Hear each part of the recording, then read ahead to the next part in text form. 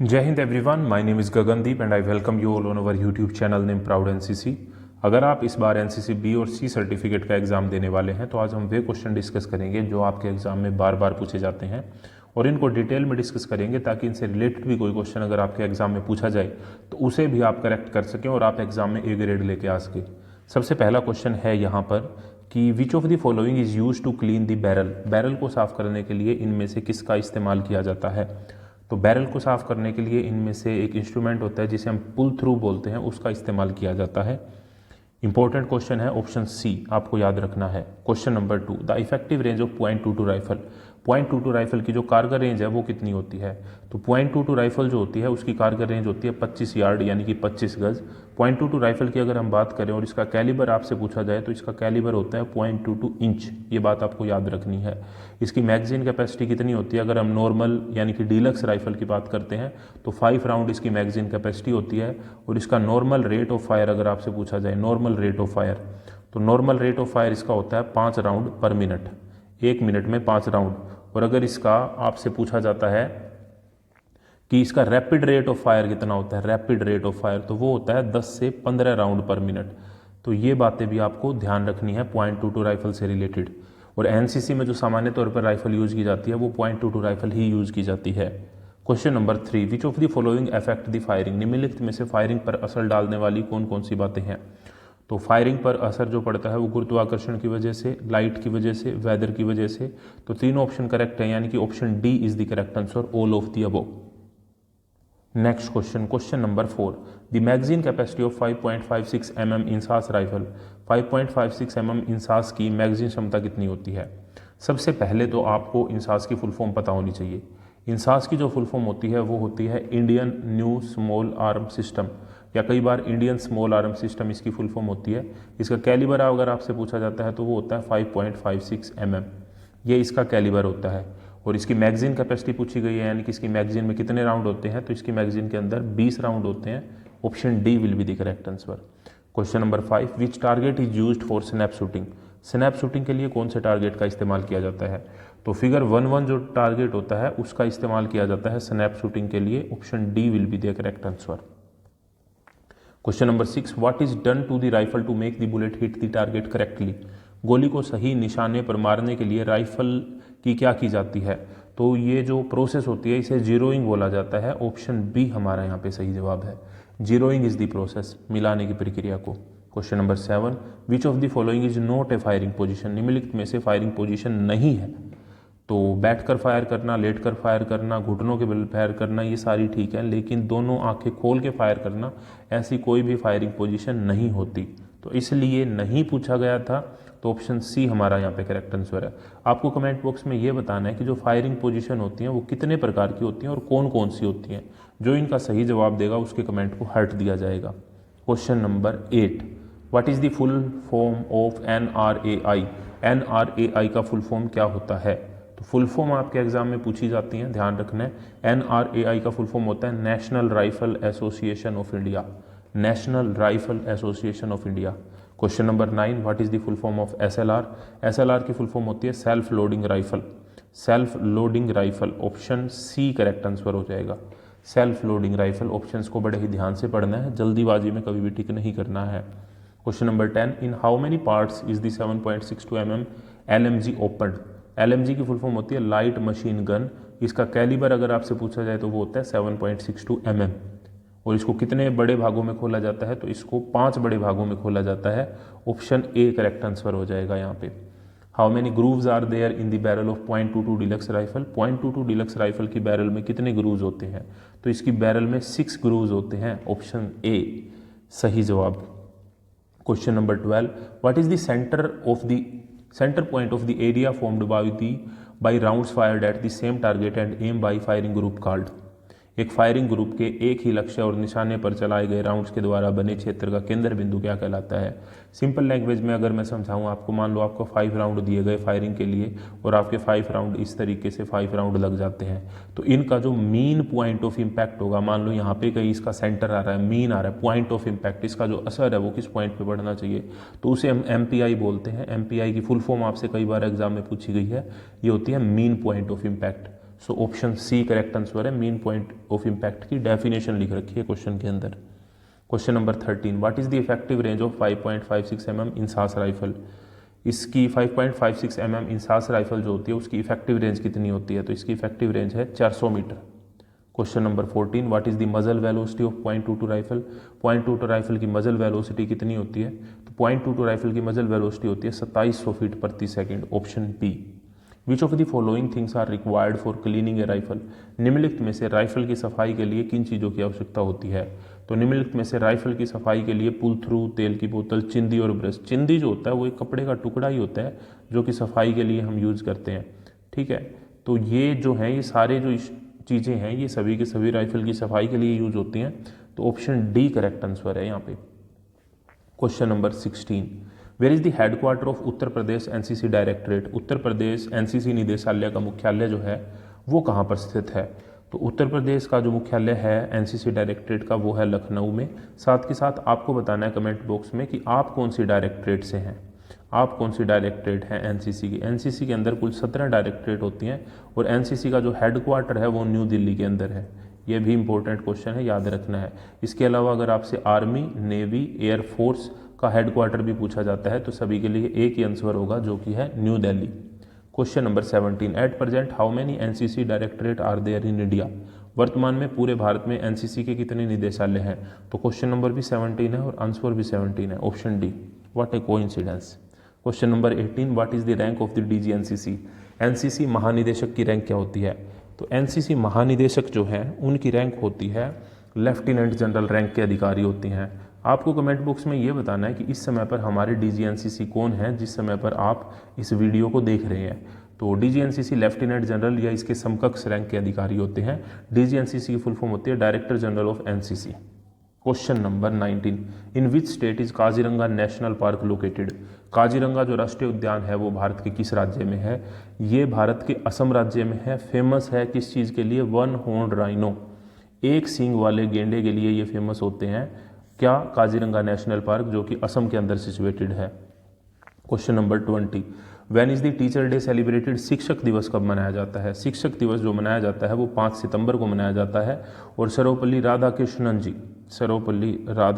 जी जो रीजन है जिस वजह से हम जो है टीचर्स डे को मनाते हैं 5 सितंबर को। Next question, which is the state with the highest literacy in the country. देश का सर्वाधिक साक्षरता वाला राज्य कौन सा है, तो देश का सर्वाधिक साक्षरता वाला राज्य है केरल, ऑप्शन ए। आपको कमेंट बॉक्स में बताना है कि केरल की कैपिटल क्या है, कैपिटल। इसके साथ में आप खुद की स्टेट और कैपिटल के बारे में कमेंट बॉक्स में ज़रूर बताएं कि आप कौन से स्टेट से हैं और आपके स्टेट की कैपिटल क्या है। Next question, when is the international women's day celebrated. अंतर्राष्ट्रीय महिला दिवस कब मनाया जाता है, तो अंतर्राष्ट्रीय महिला दिवस जो है वो 8 मार्च को मनाया जाता है। इंपॉर्टेंट डेज आपको पता होने चाहिए। 26 जनवरी को रिपब्लिक डे मनाया जाता है, इंपॉर्टेंट है। 12 जनवरी को क्या मनाया जाता है ये बताना आप कमेंट बॉक्स में एक बार, इंपॉर्टेंट है वैसे। Question number 23, where is the northern command headquarter of Indian army located. भारतीय सेना की उत्तरी कमान का मुख्यालय कहाँ पर है, तो भारतीय सेना की जो उत्तरी कमान है उसका मुख्यालय है उधमपुर में, ऑप्शन बी। लेकिन अगर भारतीय सेना की ट्रेनिंग कमांड यानी कि प्रशिक्षण कमांड का हेडक्वार्टर अगर आपसे पूछा जाए तो वो है शिमला के अंदर, और शिमला जो है वो हिमाचल प्रदेश की राजधानी है। Question number 24, who invented the telephone. Telephone का आविष्कार किसने किया था, तो टेलीफोन का आविष्कार किया था ग्राहम बेल जी ने, ऑप्शन बी। टेलीफोन का आविष्कार ग्राहम बेल ने किया था। न्यूटन को आप जानते हैं, न्यूटन ने किस चीज़ का आविष्कार किया था, क्या आप बता सकते हैं। एडिसन ने बल्ब का आविष्कार किया था, ठीक है। Question number 25, how many soldiers are there in infantry section. एक इन्फेंट्री सेक्शन में कुल कितने जवान होते हैं, तो एक इन्फेंट्री सेक्शन में कुल 10 जवान होते हैं। और इसी के बेसिस के ऊपर एक मेथड ऑफ जजिंग डिस्टेंस के अंदर एक मेथड होता है डिस्टेंस को जज करने का, जिसे हम सेक्शन एवरेज बोलते हैं या फिर सेक्शन औसत बोलते हैं। सेक्शन एवरेज मेथड के अंदर क्या होता है कि सेक्शन में 10 के 10 जवानों से पूछ लिया जाता है कि सामने वाले ऑब्जेक्ट की दूरी आपके हिसाब से कितनी है, और फिर सभी का डेटा लेके उसकी एवरेज ले ली जाती है उसकी दूरी का अनुमान लगाने के लिए। Question number 26, which of the following are the factors that disintegrate national unity. निम्नलिखित में से राष्ट्रीय एकता को विघटित करने वाले तत्व कौन से हैं, तो राष्ट्रीय एकता के लिए कास्टिज्म बिल्कुल खराब चीज़ है, राष्ट्रीय एकता के लिए भाषावाद भी गलत है, उग्रवाद भी गलत है, तो ऑप्शन डी। ये सारे के सारे जो फैक्टर हैं वो राष्ट्रीय एकता के लिए सही नहीं है। Question number 27, which of the following is not a role in the NCC cadet in the nation building, निम्नलिखित में से राष्ट्र निर्माण में एनसीसी कैडेट की भूमिका नहीं है। तो ड्यूटी का पालन करना है, बिल्कुल है। देश को लूटना और लोगों को परेशान करना ये नहीं है, नहीं का ध्यान रखना है, ठीक है। नोट जब भी आ जाए तो उस बात को आपको अंडरलाइन कर लेना ताकि आप गलती ना कर दें। Question number 28, which is not a way to acquire citizenship India. Note, Bharat में नागरिकता प्राप्त करने का तरीका नहीं है। जन्म से मिलती है, पंजीकरण से भी मिलती है, राष्ट्रीयता से भी मिलती है, लेकिन पैसे देके तो नहीं मिलती। ऑप्शन डी, पढ़ लेना इसको अच्छे से। Question number 29, why is etiquette required, शिष्टाचार की आवश्यकता क्यों है। तो शिष्टाचार, एटिकेट की आवश्यकता है ताकि आप एक सुसंस्कृत व्यक्ति बने, आप एक जिम्मेदार और परिपक्व होना सिखाता है, ये उत्तम व्यवहार करना सिखाता है। तो option D, all of the above will be the correct answer. Question number 30, which line is between India and Pakistan, Bharat और पाकिस्तान के बीच में कौन सी रेखा है। तो भारत और पाकिस्तान के बीच में जो रेखा है वो है रेड क्लिफ रेखा। ऑप्शन सी, भारत और चीन के बीच में अगर आपसे पूछी जाती है तो वो है मैकमोहन रेखा। भारत और अफगानिस्तान के बीच में अगर आपसे पूछी जाती है, अफगानिस्तान जो हम पीओके की बात करें वहाँ से, तो ये होती है डूरंड रेखा। कंट्रोल रेखा की बात करें तो दो होती हैं, एक एलओसी होती है, एक एलएसी होती है। एलओसी की फुल फॉर्म होती है line of control, line of control. और लाइन ऑफ कंट्रोल जो है वो भारत और पाकिस्तान के बीच में है, लेकिन एलएसी की फुल फॉर्म होती है line of actual control, line of actual control. ये भारत और चाइना के बीच में। ये क्वेश्चन भी आपसे पूछ लिए जाते हैं। देखो हम बड़ी डिटेल में इन क्वेश्चंस को कर रहे हैं और आई होप आपको अच्छा लग रहा होगा और डेफिनेटली आप अपने एग्ज़ाम के अंदर ए ग्रेड लेके आएंगे अगर आप वीडियोस को बड़े ही ध्यान से देखते हैं तो। लेकिन फिर भी अगर आपके पास टाइम कम है तो आपकी हेल्प करने के लिए मैंने क्या किया है कि हर एक टॉपिक से 50 मोस्ट इंपॉर्टेंट एमसीक्यू को कंपाइल किया है। टोटल मिला के 16 टॉपिक बने हैं स्पेशलाइज सब्जेक्ट को मिला के, जिसमें से आपके एग्जाम में क्वेश्चन पूछे जाते हैं। हर एक टॉपिक के 50 एमसीक्यू हैं, तो टोटल मिला के 800 एमसीक्यू की एक पीडीएफ बनी है। ये 800 एमसीक्यू वे एमसीक्यू हैं जो आपके एग्जाम में बार बार पूछे जाते हैं। अगर आपके पास टाइम कम है और फिर भी आप एग्जाम में ए ग्रेड लेना चाहते हैं तो इन 800 एमसीक्यू को अगर आप पढ़ के जाते हैं अच्छे से तो आप एग्जाम के अंदर बहुत ही अच्छा स्कोर कर पाएंगे। और अगर इनको पढ़ के आपकी ए ग्रेड आती है तो आपको मौका मिलता है डायरेक्ट एसएसबी का, जिसमें आप बिना एग्जाम दिए डायरेक्ट इंटरव्यू के लिए बुलाए जाते हैं, ऑफिसर बनने का मौका मिलता है। पीडीएफ का लिंक जो है वो आपको इसी वीडियो के पहले कमेंट में मिल जाएगा, वहाँ से जाके आप पीडीएफ को डाउनलोड कर सकते हैं। कोई प्रॉब्लम अगर आती है पीडीएफ को डाउनलोड करने में तो आप मुझे इंस्टाग्राम के ऊपर @proudncc वहाँ पे जाके डीएम कर सकते हैं। मैं पूरी कोशिश करूँगा आपका समाधान करने की। क्वेश्चन क्या है, the type of thought a person mostly keeps in mind is called, एक व्यक्ति अपने मन में अधिकतर जिस प्रकार के विचार रखता है उसे क्या कहते हैं, तो उसको बोलते हैं उसका माइंड सेट। इसका माइंड सेट कैसा है। Question number 32, choosing the correct option among the various alternative based on the available information is called, उपलब्ध जानकारी के आधार पर विभिन्न विकल्पों में से सही विकल्प का चुनाव करना क्या कहलाता है, तो उसी को तो हम डिसीजन मेकिंग बोलते हैं, निर्णायकता बोलते हैं। Question number 33, what are the basic principles of time management, समय प्रबंधन के बुनियादी सिद्धांत क्या हैं। तो समय प्रबंधन के जो बुनियादी सिद्धांत हैं, सबसे पहले तो हम जब भी हम टाइम मैनेजमेंट करनी है हम ये देखते हैं कि हमारे लॉन्ग टर्म गोल क्या हैं, यानी कि दीर्घकालीन लक्ष्य कौन से हैं। फिर हम ये देखते हैं हमारे डेली और वीकली गोल क्या है, यानी कि साप्ताहिक और दैनिक योजना क्या है। जैसे अभी के लिए मेरा गोल है कि जब तक आपका एनसीसी का सी सर्टिफिकेट का एग्जाम है, यानी कि 15 फरवरी तक, मेरा एक ही गोल है कि मैं आपको बेटर से बेटर कंटेंट प्रोवाइड करूं, बेटर से बेटर वैल्यू प्रोवाइड करूं, ताकि आप अपने एग्जाम में ए ग्रेड लेके आएँ। और जिस दिन आप एग्जाम दे के निकलें और उस दिन आप जरूर आएंगे वापस, मुझे पूरा यकीन है चैनल के ऊपर, और आप कमेंट बॉक्स में आगे जरूर ये बातें कहेंगे कि सर जी हमको एज इट इज़ क्वेश्चन मिले थे जैसे आपने पढ़ाए थे। क्योंकि अब जो ए सर्टिफिकेट का एग्जाम हुआ था उसमें मैंने सिर्फ 2 एक्सपेक्टेड पेपर बना के दिए थे उनको, और उन्हीं पेपर में से उनका 80 से 90% क्वेश्चन उनको एज इट इज़ मिले थे। ठीक है, तो वो बच्चे बहुत ही खुश थे। और मैं चाहता हूं कि आप भी जब एग्ज़ाम दे के आएँ तो आप दोबारा से ज़रूर आएँ चैनल पे ये कमेंट करने के लिए कि आपको बहुत सारे क्वेश्चन एज इट इज़ आपको एग्जाम में देखने को मिले और आपका एग्जाम बहुत ही अच्छा हुआ। बस ये मेरा यही गोल है अब आपकी 15 फरवरी तक, जब तक आपका एग्जाम नहीं हो जाता। और डूइंग हाई रिटर्न एक्टिविटीज़, हमेशा उच्च रिटर्न देने वाली गतिविधियां करना, तो ऑल ऑफ दी अब ऑप्शन डी करेक्ट आंसर हो जाएगा। Question number 34, what is the full form of स्वोट, स्वोट की फुल फॉर्म क्या होती है। कोई भी गोल डिसाइड करने से पहले हम उसका स्वोट एनालिसिस करना चाहिए, और स्वोट एनालिसिस से मतलब है हमें देखना चाहिए कि उसकी स्ट्रेंथ क्या है, वीकनेस क्या है, अपॉर्चुनिटी क्या है और थ्रेट क्या है उस गोल की, उसे हम स्वोट एनालिसिस बोलते हैं। Option B. Question number 35, dash is a person who can influence other people and resources to achieve a goal. वह एक व्यक्ति होता है जो लक्ष्य प्राप्ति के लिए अन्य लोगों और संसाधनों को प्रभावित कर सकता है। ये जो डेफिनेशन है ये लीडर की डेफिनेशन है, ऑप्शन डी, नेता। क्या आप बता सकते हैं कमेंट बॉक्स में कि लीडरशिप कितनी तरह की होती है या लीडर कितने प्रकार के होते हैं। Question number 36, which of the following is not A type of leadership skill. Note, निम्नलिखित में से कौन से कौशल्य का प्रकार नहीं है। साक्षरता होती है, भाषा होती है, चोरी करना नहीं है भाई, ऑप्शन सी करेक्ट आंसर है यहाँ पे। Question number 37, it is the quality of accomplishing the task without hurting anyone. यह बिना किसी को ठेस पहुंचाए हुए कार्य साधने का गुण होता है। इसे बोलते हैं टैक्ट, व्यवहार कुशलता, की कोई बहुत ही टैक्टफुल तरीके से काम को कर लेता है और किसी को बुरा भी नहीं लगता। ये बहुत ही अच्छी क्वालिटी होती है किसी भी लीडर की। Question number 38, what thing should be kept in mind for effective listening. प्रभावी श्रवण यानी कि इफेक्टिव लिसनिंग हेतु क्या बातें हैं जो ध्यान में रखनी चाहिए। हमें उस टाइम पे शोर नहीं करना, ध्यानपूर्वक सुनना और वक्ता जो बोल रहा है स्पीकर का ध्यान भंग नहीं करना, यानी कि do not make noise, pay attention, do not distract the speaker. Option D is the correct answer, all of the above. Question number 39, treating everyone equally is called. सभी के साथ बराबरी का व्यवहार करना क्या कहलाएगा। तो इक्वली यानी कि इक्वालिटी, यानी कि समानता बोला जाएगा अगर हम सभी के साथ बराबरी का व्यवहार रखते हैं। ये लीडरशिप की एक क्वालिटी होती है जिसे अनबायस होना भी कहते हैं, कि वो किसी के प्रति बायस नहीं होता, जो ठीक है वो ठीक है, जो गलत है वो गलत है। Question number 40, in which position do NCC cadet stand when national anthem is संग। जब राष्ट्रगान गाया जाता है तो एनसीसी कैडेट कौन सी पोजीशन में खड़े होते हैं। तो राष्ट्रगान की समय पे एनसीसी कैडेट जो है वो सावधान की पोजीशन में खड़े होते हैं। राष्ट्रगान जो हमारा होता है वो होता है जनगण मन, ठीक है, जनगण मन जो है वो हमारा राष्ट्रगान है।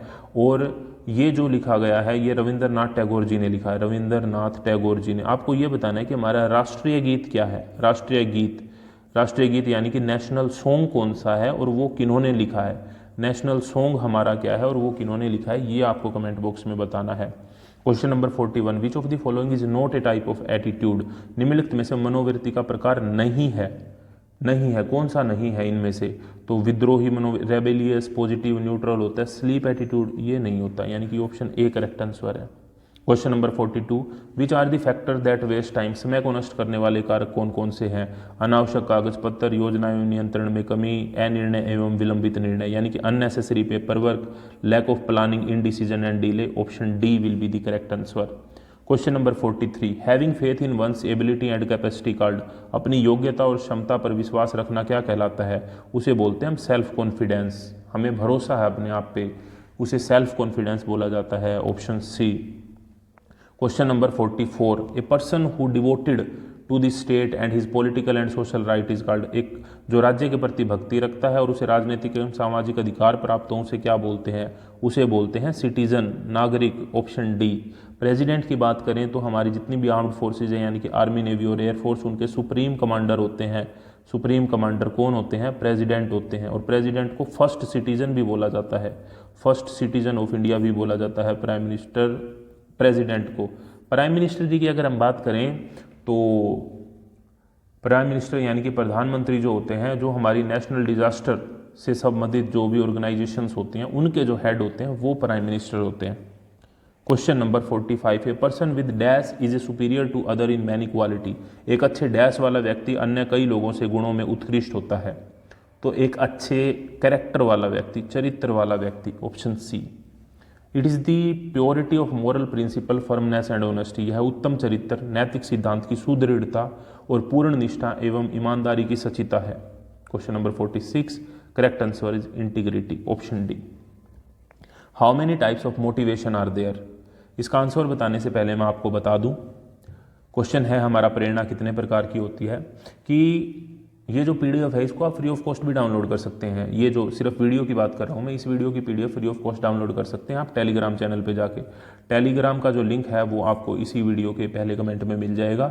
वहाँ से जाके आप इस पीडीएफ को डाउनलोड कर सकते हैं और बाकी भी जितनी वीडियोज़ या पीडीएफ इंपॉर्टेंट आती है उनके लिंक वहाँ पर शेयर कर दिए जाते हैं, जहाँ से आप अपनी तैयारी को फ्री ऑफ कॉस्ट बेटर कर सकते हैं। यहाँ पे अगर हम प्रेरणा यानी कि मोटिवेशन की बात करते हैं तो वो दो प्रकार की होती हैं। एक तो होती है एक्सटर्नल यानी कि बाह्य, और एक होती है इंटरनल यानी कि अंदरूनी। तो दो तरह की हमारी यहाँ पे मोटिवेशन यानी कि प्रेरणा होती है। Question number 48, in which state is Kaziranga national park located. Kaziranga राष्ट्रीय उद्यान जो है वो भारत के कौन से राज्य में है, तो असम राज्य के अंदर है, ठीक है। और वन हॉर्न राइनो यानी कि एक सींग वाले गेंडे के लिए फेमस है। इंपॉर्टेंट क्वेश्चन है। Question number 49, the skill of playing in the field as a team member और a single player is called. एक टीम का सदस्य अथवा एकल खिलाड़ी के रूप में मैदान में खेलने का कौशल्य कौन सा कौशल्य कहलाता है, तो इसे स्पोर्ट्स स्किल बोला जाता है बेटा। खेलने की स्पोर्ट्स की स्किल तो स्पोर्ट्स स्किल ही होंगी। 49 का जो करेक्ट आंसर है वो है डी यहाँ पर। Question number 50, the process by which a person is inspired to work in a desired way is called. उत्प्रेरक अनुयायी की मदद से वह प्रक्रिया जिसके द्वारा व्यक्ति वांछित तरीके से कार्य करने के लिए प्रेरित होता है, तो उसे हम बोलते हैं मोटिवेशन। मोटिवेशन यानी कि प्रेरणा। आई होप ये वीडियो आपको अच्छी लगी होगी। अच्छे लेवल के क्वेश्चन थे इसके अंदर, जो कि आपके सी सर्टिफिकेट एग्जाम के लिए एक्सपेक्टेड हैं, मोस्ट एक्सपेक्टेड। ऐसे ही पेपर सेट होगा आपका, और आप देखना कि आपको एज इट इज़ क्वेश्चन आपके एग्जाम में देखने को मिलेंगे। अपने दोस्तों के साथ वीडियो को शेयर करें ताकि सभी एग्जाम के अंदर ए ग्रेड लेके आ सकें। इस तरह की और वीडियो के लिए जुड़े रहिए प्राउड एनसीसी यूट्यूब चैनल के साथ। नेक्स्ट वीडियो तक जय हिंद, जय Bharat. Thank you very much.